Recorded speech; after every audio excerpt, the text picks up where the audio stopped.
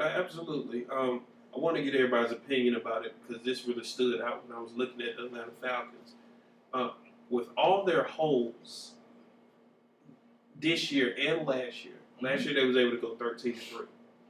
A lot of times they said last year, Atlanta almost lost games.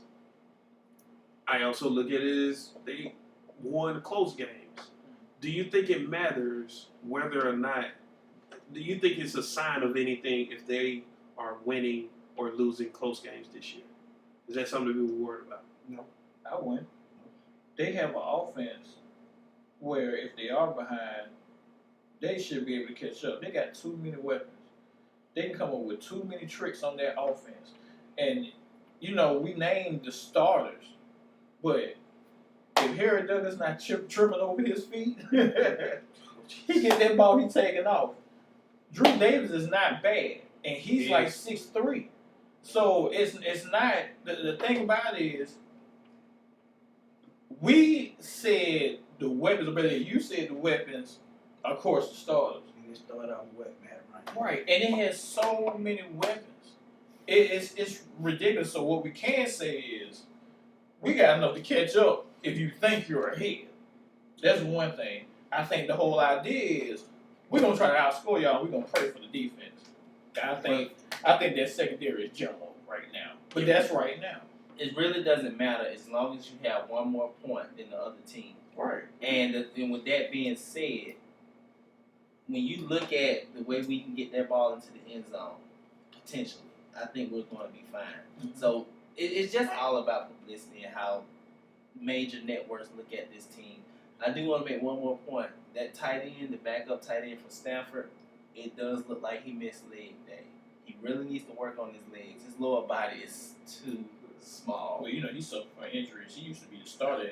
That's why, because he's too small. Right. He got tweaks. I'm not disagreeing. I'm just saying he was the starter, and then he had that injury, and that's why he didn't get that starting. Well, I mean, he is 6'8", and I mean, who is going to really jump? And I will say this: I don't think that the Falcons will go 13-3, but I think that this year, as a whole on offense, they will be better than they was last year.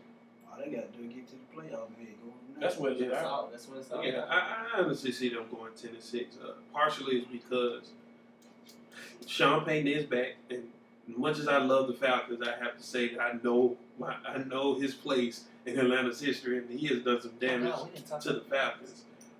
What I do want to say about this division, Carolina is the strangest team because where they have all their talent and their strength, they don't use it. They would prefer Cam Newton chucking the ball 25, 30 times or running the ball instead of handing it off to all this money in your backfield. But this is my thing. Why, which is what he just said, what Cam weapons? Yeah. As soon as Cam got drafted, and I mean, not the first year, but definitely the second year, they were talking about they were going to the Super Bowl. It was, I mean, the 4 letters. Well, it was the Khalil. Man, I won't hit it. My thing is this. They said they was going. This boy has no weapons. All I see is Steve Smith. And that's it. And you telling me you still didn't get this man some weapons? Second best pass catcher, he on the injury list. I will say this too. I think that the biggest problem with this team, I do think Cam lacked weapons. They fired the general manager, which was a good thing. But the biggest problem on this team is the head coach. Oh, absolutely. And I hate to say that because I always thought Ron Rivera, I always thought he wasn't getting a fair shake. But I see why. Two of the most, well, if they can stay healthy, 2 of the most underrated defensive ends in the league. Charles Johnson and Ray Hardy, they play good together. Yeah. Well, the front 7 is good. It's just all about the defense staying healthy. That's all. I mean, we don't know whether or not that front 7 is going to stay healthy, so we got to look at those things. We don't know if Atlanta's going to be able to overcome their offensive line. We got to figure that out. The Tampa Bay Buccaneers, Josh Freeman has a black man that's going to tell you to get it together. But I don't know what you're going to do. Tighten up. But you got to get it together. I don't think he can type. And for the New Orleans Is Saints, he black? for the New Orleans Saints, who is amazing on offense, His mama? are you that amazing the way you can cover up your defense?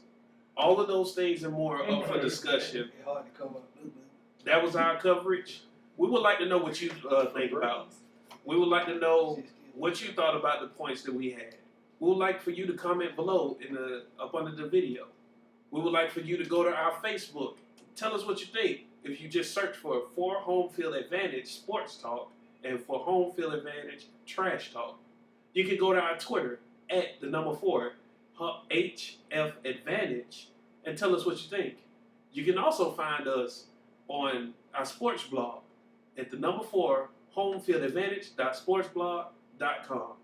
And as usual, this is our home, our field, your advantage.